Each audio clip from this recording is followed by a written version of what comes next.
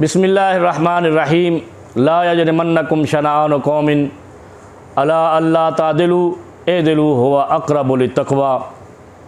किसी के बुग़्ज़ में, किसी की नफ़रत में, किसी की अदावत में इस कदर ना बदबख्त हो जाओ कि तुम इंसाफ के तकाज़े भूल दो। याद रखो, एदिलु हुवा अक़रबु लित्तक़वा, इंसाफ करो, इसी से बचत है, इसी से बचाव है, इसी से निजात है। और अगर इंसाफ नहीं करोगे, शिकस्त और रीख्त का सामना करोगे। पाकिस्तान इस वक्त इसी तरह के हालात से दो चार है कि यहाँ पर 26वीं 27वीं ये तरमीमें लाई जा रही हैं कि काजियों के, मुनसिफ़ों के गले घोंटे जाएं, अदालत की बिल्डिंग को एक कोठा बनाया जाए और इंसाफ को डिले टैक्टिक्स की तरह तवील किया जाए कि तवील इतना किया जाए कि इंसाफ मिल ही न सके। 26 नवंबर 2024 पाकिस्तान की तारीख़ में दूसरा बड़ा सानिया है। पहला वो जो बल्दिया टाउन में एक फैक्ट्री में निहत्ते मज़दूरों को बंद करके जलाया गया।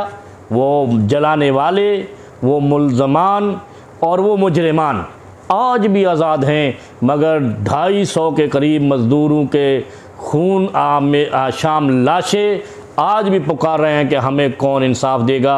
और इंशाअल्लाह उनको इंसाफ मिलेगा, अल्लाह की अदालत में मिलेगा। जब बंदों की अदालतें तरमीमों की नज़र हो जाएं, फिर खुदा अपनी अदालत से इंसाफ उतारता है।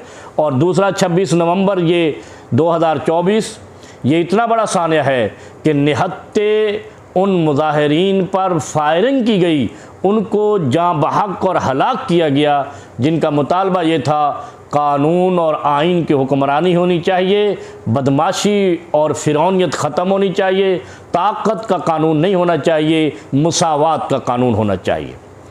26 नवंबर के बाद जो पाकिस्तान में तब्दीलियाँ आई उसका मैं एक मुख्तसर सा अहाता करता हूँ। दर हकीकत यहाँ पर रियासत बददियानती पर मबनी फ़ैसले कर रही है, ताकत बददियानती पर मबनी फ़ैसले कर रही है। 9 मई का वाक़या, 9 मई के बाद जिन जिन लोगों ने प्रेस कॉन्फ्रेंस करके ख़ुद को अलग किया इमरान ख़ान से या पाकिस्तान तहरीक इंसाफ, पाकिस्तान की सबसे बड़ी सियासी जमात से, मैं आज हल्फन कहता हूँ, अल्लाह को गवाह बनाकर कहता हूँ, वो 9 मई के मुजरिम हैं। उन्होंने पनाह ली है क्योंकि वो गिल्टी थे, इसलिए वो फ़ौरन इनसे अलग हो गए और उनकी पनाह में चले गए जिनको ये बयानिया बनाना था कि हमारी 2 पार्टी सिस्टम को जो तोड़ेगा हम उसको तोड़ेंगे। इमरान ख़ान ने 22 साल जिद्दोजहद की, किसी इस्टेब्लिशमेंट का सहारा लेते हुए अपनी पार्टी को खड़ा नहीं किया। ये झूठ है और किज़्ब बव्वा है, क्योंकि अगर इस्टेब्लिशमेंट के ज़रिए से या ताकतवर हलकों की आशीर्वाद से कोई पार्टी खड़ी हो तो पहले वज़ीर ख़जाना बनता है, चंद दिनों बाद वज़ीर आला बनता है और चंद माह बाद वो वज़ीर आज़म बन जाता है। इसी तरह ज़ुल्फ़िकार अली भुट्टो भी अयूब खान के वज़ीर ख़ारजा थे, दिनों में पाकिस्तान के वज़ीर आज़म, मकबूल तरीन वज़ीर आज़म बना दिए गए थे। ये तारीख़ बताती है कि जिसने दिनों में आगे बढ़ना है वो किसी न किसी का सहारा लेता है। लेकिन इमरान ख़ान ने अपनी पार्टी अल्लाह के आसरे पे तवील जिद्दोजहद के बाद 22 साल जिद्दोजहद की है इमरान ख़ान ने तहरीक इंसाफ को मजबूत और ऐवान इक़्तिदार तक ले जाने के लिए। और उसने ताकतवर माफिया और बलंडर माफिया और करप्शन माफिया और लूट मार का बाज़ार गर्म करके इस मुल्क को कंगाल करने वाले, मकरूज़ करने वालों के अंदर दरारें डाल दी थी, जो एक दूसरे के खून के प्यासे थे, एक दूसरे की लाशों के प्यासे थे, एक दूसरे की शक्लों को देखना नहीं चाहते थे। वो बाहम शीरो शकर तब हुए जब इमरान ख़ान ने हक़ का अलम बुलंद किया और वो सारे दुश्मन इकट्ठे होकर इमरान ख़ान के ख़िलाफ़ दरपे हो गए। बहरहाल 27वीं तरमीम आ गई।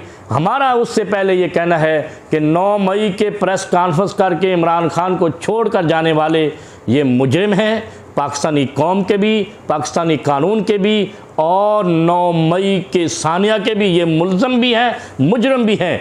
जब तक ज़िंदा रह जाएं, ये अल्लाह के नाम पे मैं हलफ उठाकर कहता हूँ 9 मई के मुर्तकिबीन यही हैं।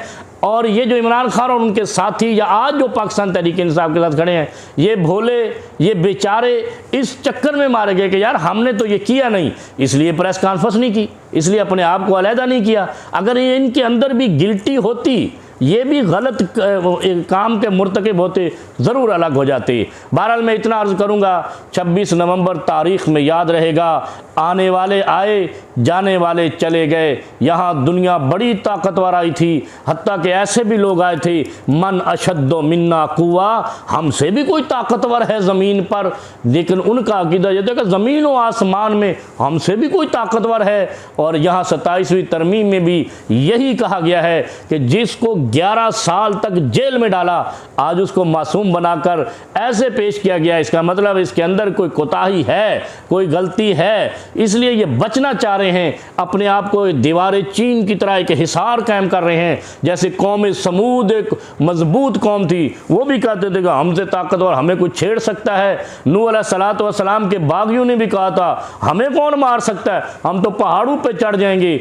जब वो सारे उन्होंने आजमा लिए तो पकड़ने वाला ऐनमा तकूनु युदरिकुमुल मौत वलौ कुंतुम फी बुरूज मुशय्यदा, वो अल्लाह का फ़ैसला तो आना है, मरना सब ने है, लेकिन किसी ने अमर हो जाना है, किसी पर लानते बरसती रहनी है ताकत की वजह से, ताकत के नाजायज़ इस्तेमाल की वजह से। और ये अल्लाह के फ़ैसले हैं जिनको मिलता है कि ये किसी को लानते और किसी को दुआएं आने वाली नस्लें देती हैं। इमरान खान इस कौम का हमदर्द था, ना वो 9 मई में मुलव्वस है, बल्कि वो उस दिन कैद में था, ना वो 26 नवंबर के फायरिंग में मुलव्वस है, ना वो पाकिस्तान को मकरूज़ करने में मुलव्वस है। मैं तो इतनी इल्तिजा करूँगा कि अब इन सहाफ़त को, ताकतवर हलकों को, इस मुल्क के मुहाफ़िज़ों को क्यों सांप सूंघ गया है कि IMF कह रहा है जिसके पास कर्जा लेने हम दुम दबा के भागते भागते जाते हैं कशकोल उठा के, वो कह रहा है 5300